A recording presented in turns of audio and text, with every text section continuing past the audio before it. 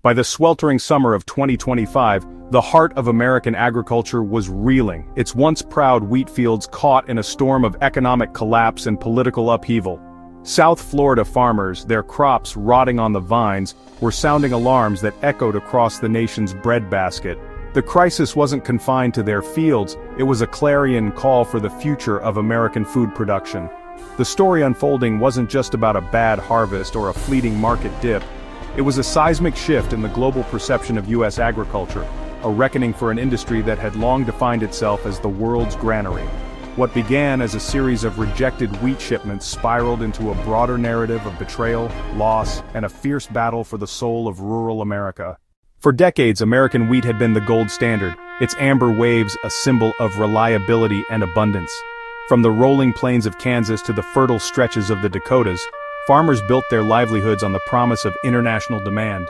By mid-2025, that promise was unraveling. Export terminals in Louisiana, Texas, and the Pacific Northwest stood eerily quiet, their silos overflowing with unsold grain. Shipment volumes plummeted by 48% year over year, barges sat idle, and for the first time in living memory, American wheat was being turned away at foreign ports. Not because it wasn't available, but because it wasn't wanted. The rejection stung like a slap to the face, a blow to both pride and pocketbooks. The roots of the collapse were tangled, a volatile mix of environmental distress, geopolitical maneuvering, and logistical failures. Climate shocks had battered the 2025 crop with unrelenting cruelty. Spring floods drowned fields while late-season droughts scorched what remained. The result was a harvest plagued by inconsistency. Hard red winter wheat, a staple for global markets, saw its protein content plummet. Moisture levels in stored grain breached acceptable limits, fostering mold and spoilage. Buyers in Japan and South Korea, known for their exacting standards, flagged entire shipments as substandard. Saudi Arabia issued formal rejections of over 200,000 metric tons, citing storage mold and improper grain temperatures. The quality control that had once been America's calling card was now its Achilles heel. Geopolitics poured fuel on the fire. China, wielding its economic might, slapped aggressive retaliatory tariffs on U.S. wheat, effectively locking American producers out of one of the world's largest markets. The ripple effect was immediate and brutal. The Philippines slashed U.S. contracts by 62%, turning instead to Canada and Australia. Egypt, a longtime buyer, inked a new deal with Ottawa, sidelining American suppliers. Indonesia, once a growing market for U.S. grain, declared 3 shipments commercially non-viable and halted new bids for at least 6 months. Each rejection was a signal, loud and clear. American wheat no longer set the global standard. Trade policy failures deepened the wound. The Biden administration's inability to secure favorable terms in key Pacific Rim grain corridors left U.S. producers stranded. The Comprehensive and Progressive Agreement for Trans-Pacific Partnership, CPTPP, which the U.S. had abandoned years earlier, became a structural albatross. Canadian and Australian suppliers, shielded by the pact's tariff-free provisions, flooded markets like Malaysia, Vietnam, and Japan with competitively priced wheat. Meanwhile, U.S. shipments faced steep fees, customs delays, and political friction. Buyers had options, and they weren't choosing America. One South Dakota farmer put it bluntly, "We're not just competing with Canada's wheat, we're competing with their trade deals, and we're losing."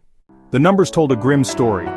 By July 2025, USDA data revealed a 53% drop in total wheat exports compared to the previous year.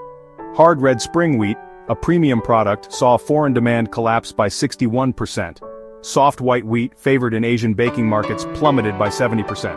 Even durum, used in pasta and historically resilient, posted double-digit declines. On the Chicago Board of Trade, wheat futures slid to their lowest levels since 2017, dipping below break-even points for many Midwest producers. The financial toll was staggering, but the reputational damage cut deeper. For generations, American wheat had been synonymous with quality and dependability. Now, confidence in its reliability was fading and the world was moving on. The infrastructure that once powered America's grain dominance buckled under the strain. Port congestion, rail delays, and cold storage constraints turned logistical systems into bottlenecks. Warehouses brimmed with unsold grain, milling facilities scaled back contracts, and insurance claims skyrocketed as exporters absorbed the costs of rejection and spoilage. In rural communities, the fallout was immediate and visceral. Co-ops slashed bonuses, local banks flagged rising default risks, and conversations among wheat growers shifted from planting strategies to survival tactics. This wasn't a tough season, it was a structural exclusion from the global market, a slow-motion disaster that left farmers staring at a future where their crops were no longer wanted. The crisis didn't just ripple through rural economies, it ignited a political firestorm. At its center stood Donald Trump, the former president and unrelenting showman, who seized on the wheat collapse as a rallying cry. In late spring, flanked by idle combines and shuttered grain elevators in rural Ohio, Trump delivered a speech that was less a policy address and more a declaration of war. With a stalk of dry wheat in hand, he thundered, "This is what Joe Biden did to your farm." The tone was vintage Trump, combative, unapologetic, and laser-focused on assigning blame. He called the rejection of U.S. wheat a global betrayal, accusing the Biden administration of economic suicide through its trade and agricultural policies. Trump's rhetoric wasn't confined to one speech, it became a full-throated crusade. In a media blitz that dominated Midwestern airwaves, he hammered the narrative that American farmers weren't victims of bad luck or climate, they were casualties of deliberate policy failures. Trade envoys were incompetent, environmental regulators saboteurs, and international institutions corrupt bureaucrats bought by foreign grain. Every rejected shipment became a talking point, every canceled order an attack ad. His campaign flooded rural media markets with stark imagery, a parched Kansas field, an auction sign on a family farm, a Chinese container ship docking in Vancouver instead of Seattle. The slogan was simple and relentless. They gave it away, we take it back. The collapse reached beyond economics and politics, striking at the core of rural America's identity. In Kansas, a fourth-generation farmer auctioned off 900 acres after missing 2 loan payments. In eastern Colorado, entire communities faced foreclosure mediation. By midsummer, over 70% of wheat-producing counties reported rising debt defaults. Agricultural banks tightened lending, co-ops dissolved, and equipment rusted in unplanted fields. The damage wasn't seasonal, it was permanent, a generational wound. In North Dakota, a seed distributor laid off half its workforce. In Nebraska, a feed mill shuttered after grain supply costs spiraled. Small-town diners closed, schools lost funding as property tax bases crumbled, and families packed up, leaving behind land their ancestors had tilled for decades. The human toll was staggering. Mental health crisis lines in agricultural regions saw a surge in calls.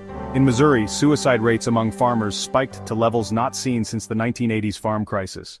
The crisis sparked a wave of protests, not just against market conditions, but against a federal government seen as out of touch and overbearing. In all 50 states, demonstrators took to the streets chanting, "This is what democracy looks like," and targeting Trump and his allies, including Elon Musk, whose influence loomed large in the political sphere. Protesters saw the wheat collapse as emblematic of broader failures, a symbol of a country slipping from its moorings. "What's going on with the president and his supporters has to be protested every way," one demonstrator said.